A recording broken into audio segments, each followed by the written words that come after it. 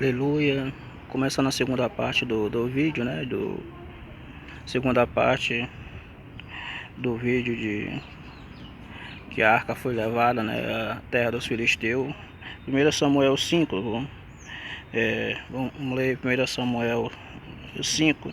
E os filisteus, pois, tomaram a arca de Deus e a trouxeram de Ebenezer a Asdod, né? E o tomaram os filisteus a arca de Deus e a meteram na casa de Dagon e o puseram junto a Dagon, né? Então podemos ver que a arca do Senhor foi levada e botou junto ali a casa, ao templo de Dagon, né? De Dagon, e ali passou-se mais ou menos uns 7 meses, né? 7 meses ali. E a arca trouxe muitos males, né? Naquela cidade, praticamente era um país, né? Trouxe várias pragas, inclusive ratos, vários tipos de mal veio sobre aquele povo ali. E ali em Asdod, né? Ali na terra ali de Dagon, dos filisteus ali aquela idolatria, né? E nós vemos que aleluia, que a arca, né? Foi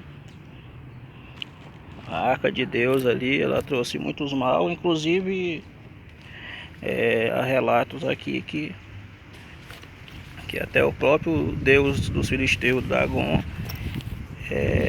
foi encontrado 2 vezes caído, né, diante da arca, né, diante ali do Deus de Israel. E nós podemos ver que ali, por causa dos pecados ali do povo de Israel, dos filhos de Eli, né, veio esse mal sobre o povo de Deus, sobre o povo de Israel, que perdeu a guerra, perdeu a batalha, perdeu vidas também, né? Perdeu vidas, homens foram mortos, né? Homens foram mortos ali. Isso significa, né, que sem a glória de Deus, sem a glória, Israel não vencia, né? As guerras não venciam, as batalhas, sem a glória de Deus, né? Que era a presença da Arca da Aliança. Então eu fiz um estudo aqui. Vamos ver aqui, né? 1 Samuel capítulo 5, versículo 15, versículo 1 ao 5, né? Ebenezer, né? Pedra de ajuda ou gratidão. É o termo no hebraico, né? A palavra Ebenezer, né? Ebenezer, para quem não sabe, é uma aldeia de Efraim, né? É uma aldeia de Efraim, na região de Canaã. Na região de Canaã.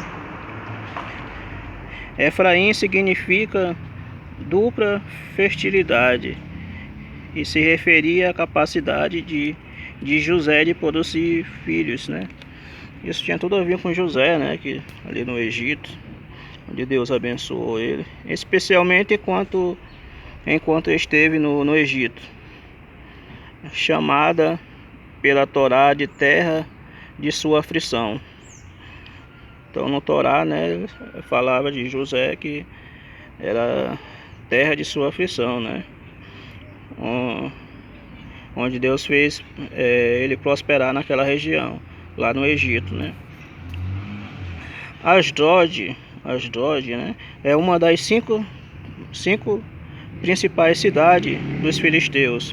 Estava situada a cerca de 3 milhas, que dá 4 quilômetros, dá 4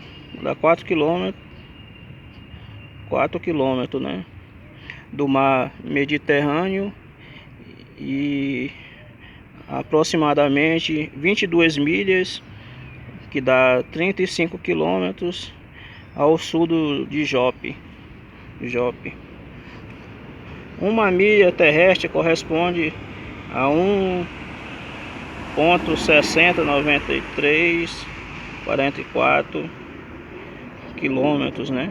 Ou 1,479 metros, de acordo com o sistema imperial de medidas, né? No capítulo 5, versículo 1 ao 7 ao 2, esse capítulo registra as peregrinações da arca e seu retorno final a Israel. O capítulo 5 apresenta uma história maravilhosa, ainda que cruel, da destruição causada aos filisteus, porquanto a arca esteve em poder deles. Embora essas passagens que seriam beneficiados, embora pensasse que seriam beneficiados, né, os filisteus, né, pelo fato de a arca estar sob o seu domínio deles, os filisteus tiveram de aprender uma dura lição. A arca do Senhor não é uma caixa mágica, né? A arca do Senhor não é uma caixa mágica, né? Eles tiveram essa lição aí. A arca do Senhor não era uma caixa mágica para ser usada como um amuleto da sorte. Era uma representação de Deus vivo, e ele não permitiria que sua arca fosse associada em hipótese alguma, as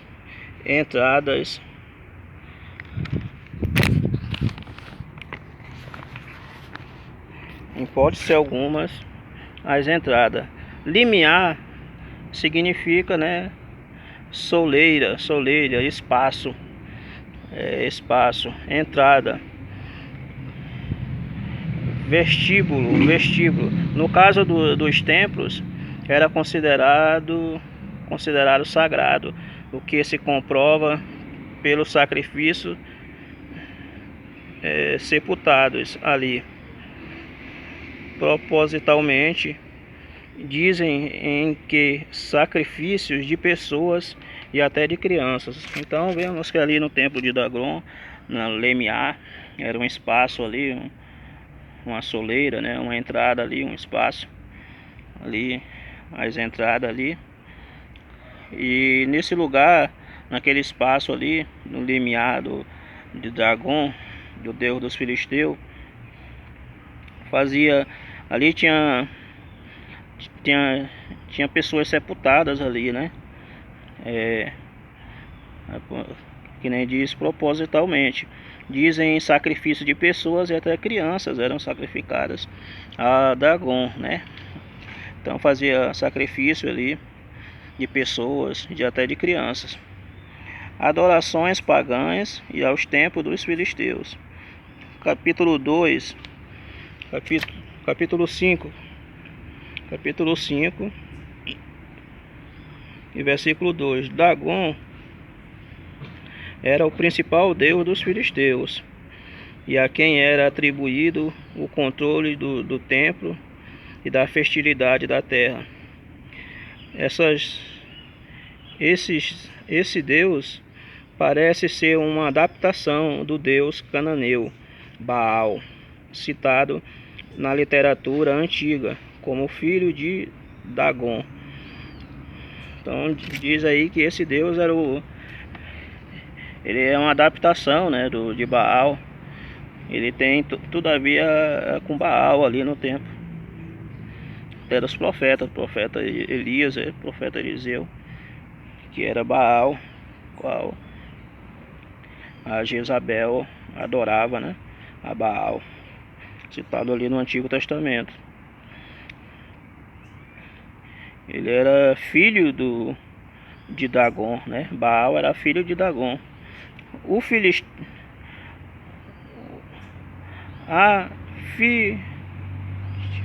Filístia era uma importante região produtora de grãos.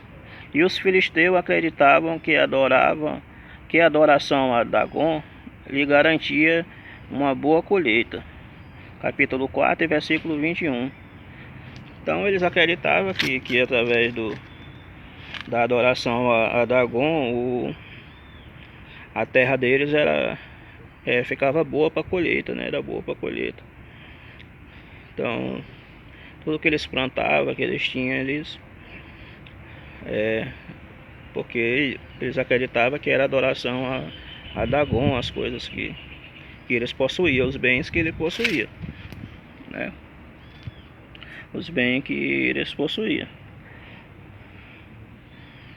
É que nem nos dias de hoje, às vezes as pessoas acreditam que o que ela tem é referente a um Deus ou a imagem, né?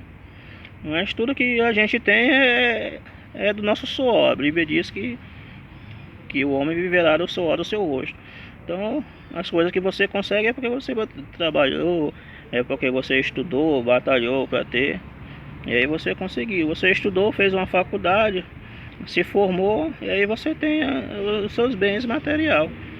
Se você não estudou, dificilmente você vai conseguir algo na vida. Dificilmente você vai prosperar, porque, né, que nem o ditado antigo, você vai empurrar a carroça, porque hoje em dia, através do estudo, você consegue uma boa profissão, um bom emprego, né? Sem estudo, até para limpar as ruas hoje estão pedindo estudo, até para limpar o banheiro, os banheiros, até para limpar banheiro estão pedindo estudo. Então hoje em dia tudo para limpar a rua, para trabalhar nas ruas, tudo pede estudo. Então hoje tudo o mundo se está globalizando, né? Então tá exigindo essa academia aí, né, de estudos. Vou deixar para falar no outro vídeo.